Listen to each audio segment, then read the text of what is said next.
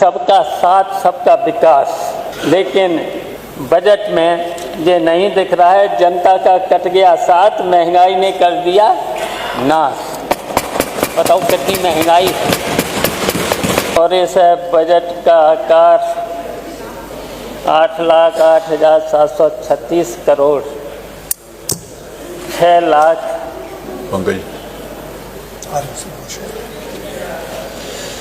प्रस्तुत किया है। और 2024-25 में के बजट से 9.8% अधिक है। और 2024-25 में भी लगभग 7 लाख कुछ रखा गया था। लेकिन माननीय अध्यक्ष जी, पिछले बजट में 24 और 25 के बजट में जो बजट 7 लाख से ऊपर रखा गया था और किसी भी विभाग में 50-55% से ज़्यादा बजट खर्च नहीं किया गया था। और मुझे तो यही लगता है, वैसे तो ये बजट और जो जनता, जो सरकार बार बार कहती है कि इतना बड़ा बजट, और इतना बड़ा बजट, मैं तो यहाँ पर ये भी कहना चाहता हूँ, इस सरकार ने जनता पर तमाम टैक्स लगा करके, और यहाँ तक कि जो गरीब है, मध्यम वर्ग के लोग हैं, यहाँ तक कि मजदूरी करने वाले लोग हैं, जिनको 5-5 हज़ार, 6-6 हज़ार, 7-7 हज़ार रुपया मिलता है, उन पर भी टैक्स लगा दिया है जीएसटी के माध्यम से। और जबकि 5,000, 6,000, 7,000, और जो अभी बात चल रही है आउटसोर्सिंग, और अभी तक आउटसोर्सिंग में जो 14,500 सरकार की तरफ से मिलना चाहिए था, वो कितना मिल रहा है? 8,000, 8,500। तो सरकार ने उनकी तरफ ध्यान क्यों नहीं रखा? अच्छा ये बताइए, 8,500 में वैसे तो 14,500 उनको मिलना चाहिए था। 14,500 की जगह 8,500, और 8,500 में हम पूछना चाहते हैं, क्या उसका परिवार चल सकता है? बिजली का बिल कितना आता है? बिजली के साथ साथ अगर 2 बच्चों को पढ़ाना है, अगर 2 बच्चों को पढ़ाना है, स्कूल भेजना है, तो उसमें भी फीस लगे। और ये सरकार कह रही कि मैंने सबका ध्यान रखा, और यहाँ तक कि कहा है, बहुत बार, कई बार इन्होंने कहा है, सबका साथ सबका विकास, लेकिन बजट में ये नहीं दिख रहा है। जनता का कट गया साथ, महंगाई ने कर दिया नाश। बताओ कितनी महंगाई है। तो इन गरीबों का भला कैसे होगा? घर कैसे चलेगा? बच्चों को कैसे पढ़ें? और भी है, स्वास्थ्य संबंधी भी बीमारियां हैं। तो बताओ, गरीब का तो कोई ध्यान रखा ही नहीं। और यहाँ तक कि किसानों की बहुत उपेक्षा, किसानों की कितनी उपेक्षा, और किसानों के साथ साथ पिछड़े वर्ग के लोगों की उपेक्षा, दलितों की उपेक्षा, अल्पसंख्यकों की उपेक्षा। इस सरकार ने कितने लोगों की उपेक्षा की है। तो हम कहना चाहते हैं हमारे वित्त मंत्री जी ने जब उस समय बजट प्रस्तुत किया था उन्होंने एक शेर पढ़ा था। शेर तो याद ही होगा सब लोगों को, जिस दिन से मैं चला हूँ मेरी मंजिल पर नजर है, आंखों ने कभी मील का पत्थर नहीं देखा। ये तो पढ़ा था जी।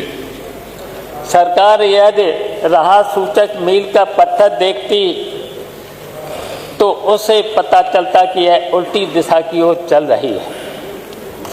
सरकार के इस शेर के उत्तर में जनता बोल रही है, आंखों में अमीरों की बस कोठियां रहीं, तभी तो कभी मील का पत्थर नहीं देखा।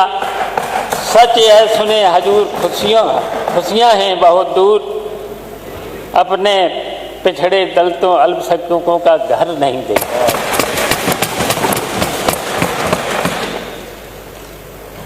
मान्यवर अधिष्ठाता महोदय,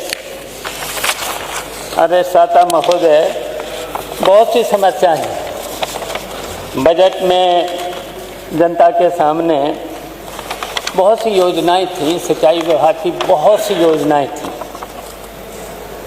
मध्य योजना कितने समय से अधूरी पड़ी है, इस बजट में कोई ध्यान नहीं रखा गया है, जिससे पश्चिमी उत्तर प्रदेश में सिंचाई भी हो सकती थी। करीब 30-35 साल हो गए हैं, डैम भी बन गया है। अब किसानों की सिंचाई के लिए इस बजट में रख देना चाहिए था। बाढ़ सागर योजना हमने पूरी कर दी थी। अब पता लगा लीजिएगा, मिर्जापुर और पूर्वांचल में पानी उस तरीके का नहीं जाता, उसमें भी व्यवस्था कर देते। जहाँ जहाँ अधूरी योजना है उसे पूरा करा देते।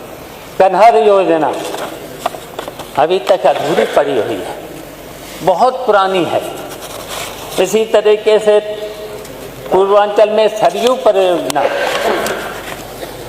परियोजना से 8 जिले पूर्वांचल के सिंचाई में थे, उद्घाटन भी हो गया। 95% तो मैंने ही पूरा करा दिया था, लेकिन उसका उद्घाटन हो गया, लेकिन अभी तक पानी नहीं जा रहा है। बुंदेलखंड में जलाशय डैम मैंने कई बनवा दिए थे।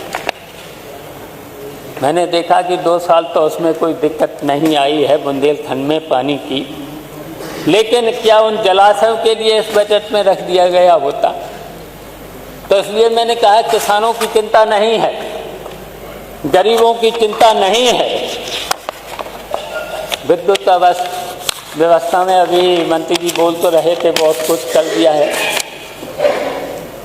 उन्होंने कहा कि जिला स्तर पर 24 घंटे, तहसील स्तर पर 22 घंटे और संपूर्ण गांव में 20 घंटे।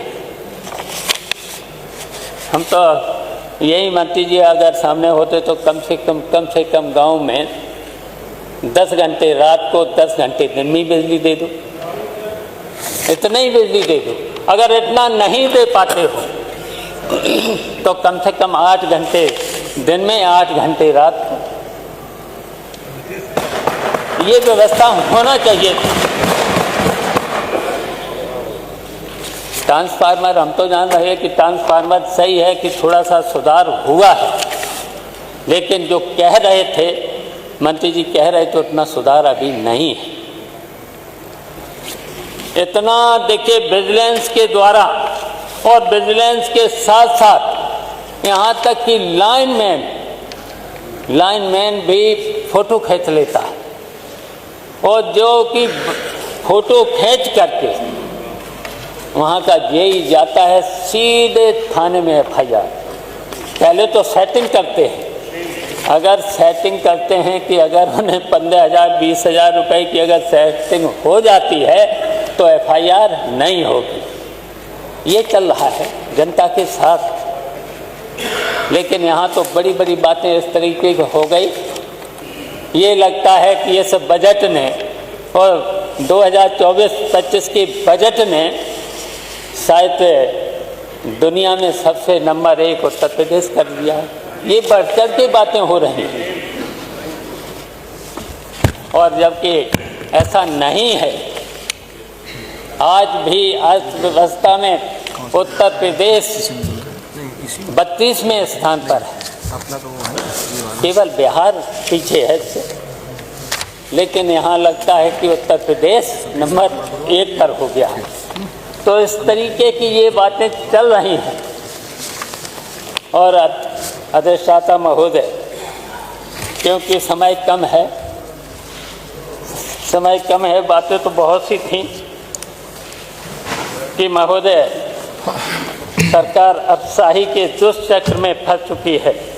अफसर सरकार से और सरकार सदन पर जनता से झूठ बोल रही है, तथ्यों को छुपाया जा रहा है।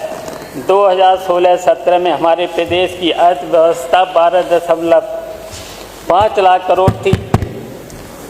हम लगभग तमिलनाडु के बराबर थे। सकल राज्य घरेलू उत्पाद के मामले में महाराष्ट्र से 22.70 लाख करोड़ रुपया, लगभग हम दूसरे स्थान पर थे। और आज हमारा प्रदेश 5वें स्थान पर पहुंच गया। ऐसे बढ़ चढ़ के बताई जा रही हैं। तो ये आंकड़ा सामने है। अर्थव्यवस्था के लिहाज से हमारा उत्तर प्रदेश आज 5वें पोजीशन खिसक गया। महाराष्ट्र, तमिलनाडु के बाद कर्नाटक, गुजरात की अर्थव्यवस्था हमारे प्रदेश की अर्थव्यवस्था से बड़ी हो गई। महाराष्ट्र 42.77 लाख करोड़, तमिलनाडु 21.55 लाख करोड़, कर्नाटक 28.9 लाख करोड़ रुपया, गुजरात 27.9 लाख करोड़ के बाद उत्तर प्रदेश की GST भी 24.99 लाख करोड़ रुपए है। सरकार से सच्चाई को स्वीकारने में और अपनी आर्थिक नीतियों को सुधारने की बजाय झूठ का पर्दा डाल रही है। जैसे जैसे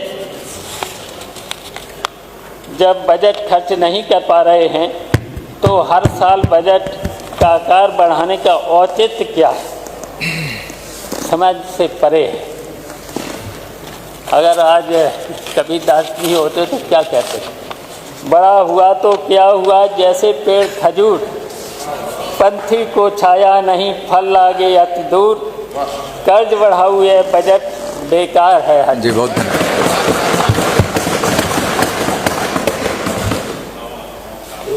अध्यक्ष महोदय, हमारा उत्तर प्रदेश प्रति व्यक्ति की आय की दर से 32वें स्थान पर है।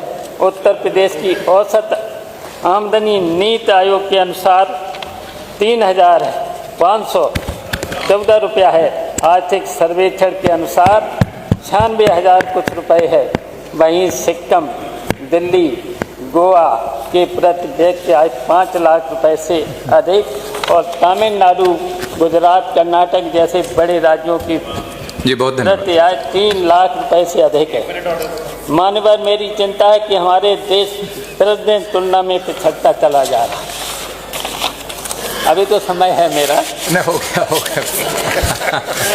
अगर समय है, अगर समय नहीं है तो 2 मिनट तो हैं।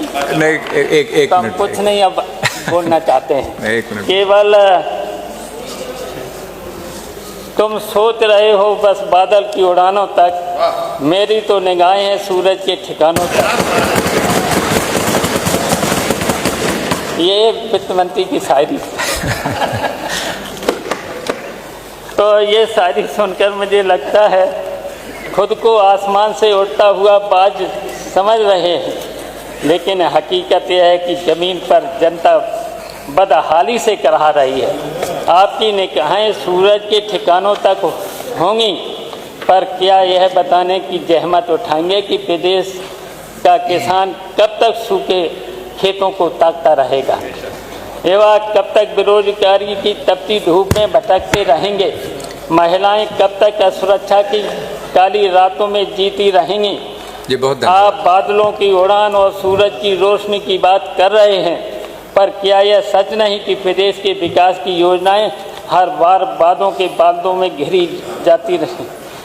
और अब जब बरसात का समय आता है तो जनता के हाथ सिर्फ सूखा ही लगती है।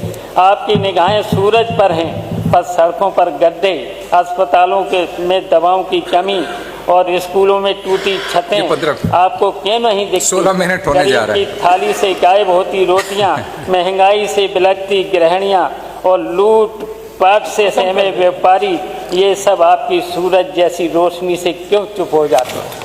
बहुत धन्यवाद। बस थोड़ा ही और अरे नहीं, एक हो गया, मिनट, एक मिनट, हो गया 16 मिनट, हो गए 17 मिनट। एक मिनट बस। अपने साथियों को तो कुछ बोलने इसमें, मैं अपने केवल साथियों से, अंधेरों की सरकार अब जाने वाली है, जनता की हुंकार अब आने वाली है, झूठ के महल ज़्यादा देर नहीं टिकेंगे, नेताजी के सिपाही फिर से लड़ेंगे, हर खेत को पानी, हर हाथ को काम, यही है समाजवादियों का पैगाम। अखिलेश हैं उम्मीद, अखिलेश हैं शान, 2027 में फिर होगा उनका नाम। धन्यवाद। बहुत धन्यवाद।